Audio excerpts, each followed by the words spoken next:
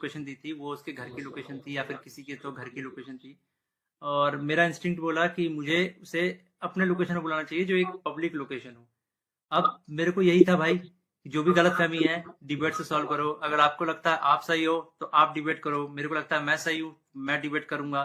तो कुल मिला के शब्दों से ही जीतना था इस चीज को। और मैंने पूरी तैयारी की थी। मैंने वहां पे सोफा वोफा सब लगाया था कि जब एलविश भाई आएंगे तो वहां बगल में बैठेंगे, ये वो फलान ठिकाना। लेकिन जैसे ही वो आए, एक तो अटैक करना शुरू कर दिया, ऊपर से बहुत सारे बंदों के साथ आए। ऊपर से ये भी नहीं था कि वन ऑन वन फाइट हो, उसके साथ उसके कुछ बंदे थे वो भी मदद कर रहे थे उसकी। इस तरीके से मदद कर रहे थे कि मैं कुछ कर ही नहीं पा रहा था क्योंकि मेरे को दो तीन लोगों ने पकड़ लिया था अगल बगल से। अब जब लड़ाई हुई, लड़ाई के बीच में ही एल्विश ने मेरे को लगभग ये अपने घुटनों से नाक पे मारा, कई बार हाथों से मेरे सिर्फ मुंह पे मारा। और जब मारा उसके बाद उसने बगल से एक फोन भी उठाया जो दूसरे एंगल पे रिकॉर्डेड है, और फोन से मेरे स्पाइन पे मारा। और आप सभी को पता है अगर स्पाइन पे गलती से भी स्पाइन टूटता है तो आप जिंदगी भर के लिए लावारिस हो सकते हो, अपाहिज हो सकते हो। तो उसके बावजूद उसने मारा मारा। और उसके बाद उसने क्या किया, जान से मारने की धमकी भी दे दी। अब जान से मारने की धमकी एक दो बार नहीं दी, मल्टीपल टाइम्स दी। कम से कम जितना मुझे पता है 3 बार तो दी ही थी उसने धमकी जान से मारने की। और ऑफ कैमरा भी उसने कई बार जान से मारने की धमकी दी। अब ये सब होने के बाद जब लड़ाई वड़ाई खत्म हो गई तो उसके बाद वो वापस जा रहे थे, तो वो जो बंदे लाया था उनमें से कुछ बंदे मेरे को, मतलब होता है ना एक प्यार से धमकाने वाला सीन, कि भाई सॉरी बोल दे, क्यों ले रहा है पंगे ये वो। भाई मैं तो अपने चीजों पे अटल था। मैंने बोला मैं सॉरी तो नहीं बोलूंगा क्योंकि मैंने गलती तो की नहीं है। उसके बाद एल्विस ने भी थोड़ा ट्राई किया था सॉरी बुलवाने के लिए, लेकिन मैंने उसको भी सॉरी नहीं बोला। और ये सब जब हुआ तो शुरू में मेरे को लगा मेरे को सिर्फ यहाँ चोट आई है क्योंकि मेरे को कहीं पे भी दर्द फील नहीं हो रहा था। तो मेरे को शुरू शुरू में सिर्फ यहाँ चोट आई। उसके बाद 1 डेढ़ घंटे बाद मेरे को यहाँ पे दर्द होना शुरू हुआ, और फिर 2 से 3 घंटे बाद मेरे पूरे स्पाइन में दर्द होना शुरू हुआ। और इस तरीके से हुआ कि मैं सो ही नहीं पाया। सुबह 4 बजे मैंने सोने का ट्राई किया था, मैं दोस्त के घर साकेत गया हुआ था। मैंने सोने का ट्राई किया, अनफॉर्चुनेटली मैं दर्द से सो ही नहीं पाया। उसके बाद हम जब दर्द हो रहा था तो हम गए वहां पे मैक्स हॉस्पिटल साकेत के मेडिकल निकलवाने। तो उन्होंने मना कर दिया विदाउट एफआईआर नहीं होगा। तो मेरा यही था, मेरा दिमाग शॉक में था, एफआईआर हमने की नहीं थी। फिर हमने डिसाइड किया कि दोपहर के 12 बजे के आसपास हम एफआईआर करेंगे लॉन्च, और उसके बाद मेडिकल करवा लेंगे पुलिस की मदद से ही। तो हम गए एफआईआर करने। अब जब एफआईआर करने गए तो हमने पूरा बता दिया कि भाई ये सेक्शन लगाना है, अटेम्प्ट टू मर्डर है, साफ साफ दिख रहा है। तो जो एसएचओ थे उन्होंने बहुत अच्छे से बात की। उसके बाद एसएचओ अपने इंस्पेक्टर के फोन में कॉल करते हैं, बोलते हैं कि पूरा इसको ना पब्लिक मत करना, गुप्त तरीके से रखना, हम लोग गुप्त तरीके से लड़ेंगे।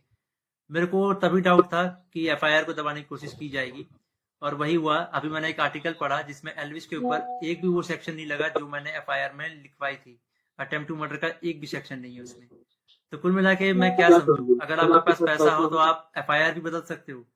मतलब हरियाणा में इस तरीके से गुंडागर्दी चल रही है कि एक बंदा आता है मारता है और उसके खिलाफ कोई एक्शन नहीं होता, उसको पुलिस पकड़ के लेके नहीं जाती। यहाँ पे इस बात को 24 घंटे हो चुके हैं और वो बंदा अभी हंस रहा होगा कि उसको कोई पकड़ के नहीं ले गया, उसको फर्क ही नहीं पड़ा होगा। मैं हरियाणा के सीएम खट्टर जी से रिक्वेस्ट करना चाहूंगा कि इस गुंडे अलविश यादव को अरेस्ट करवाओ।